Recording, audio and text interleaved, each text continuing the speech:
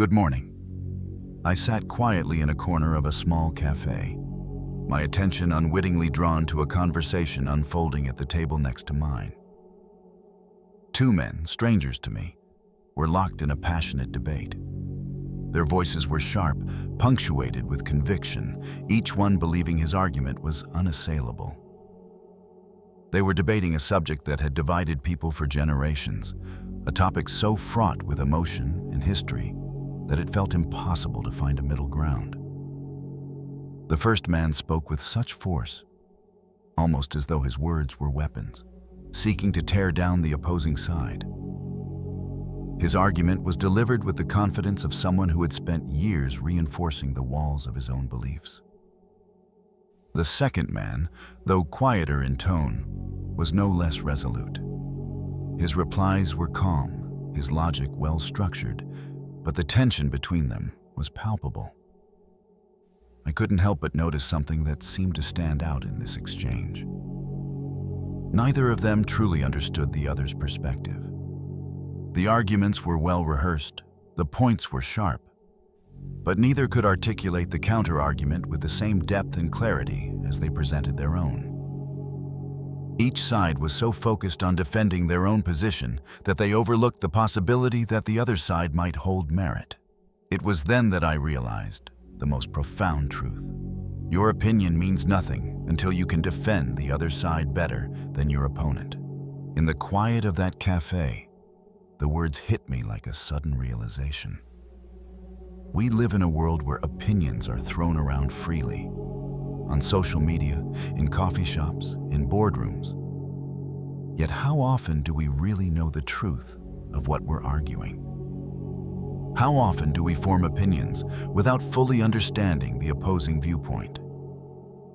In a world where information is so readily available, we can still be imprisoned by our biases, caught in echo chambers of like-minded voices that reinforce what we already believe. The argument between these two men didn't just reveal the limitations of their positions. It illuminated the deeper issue that we all face. Too often, we only engage with ideas that affirm our own beliefs. We rarely challenge ourselves to see the world from a perspective that doesn't come naturally to us. We're all prone to this tendency of clinging to our own truths while dismissing others without truly understanding them.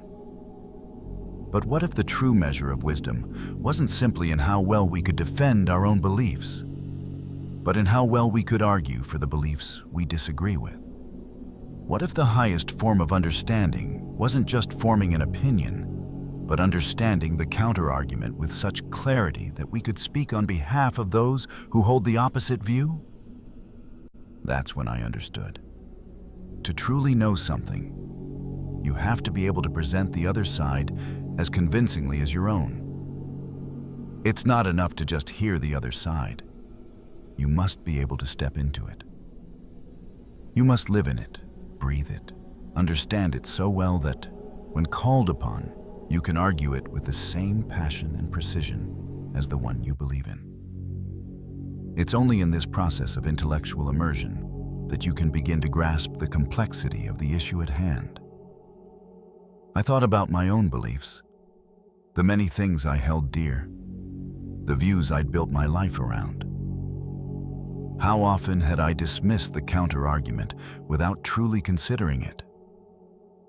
How often had I looked at someone who disagreed with me and simply assumed they were wrong, without attempting to understand the root of their argument?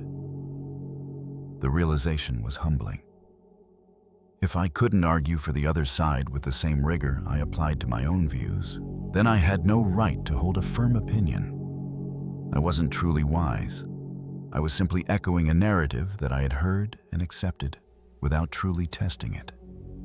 As the conversation continued between the two men at the cafe, I decided then and there that I would no longer allow myself to form an opinion without fully understanding the other side. I would no longer take the easy route of simply choosing the narrative that aligned with my existing beliefs. Instead, I would actively seek to understand the perspectives that challenged me. I would confront ideas that made me uncomfortable, and I would force myself to see the world through the eyes of those who disagreed with me.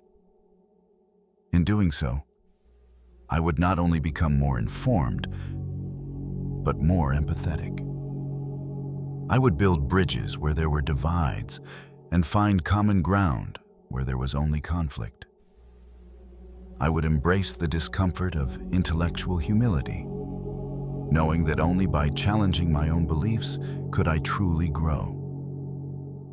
The next time you find yourself feeling certain about a belief, ask yourself, can I defend the opposite argument as well as I defend my own?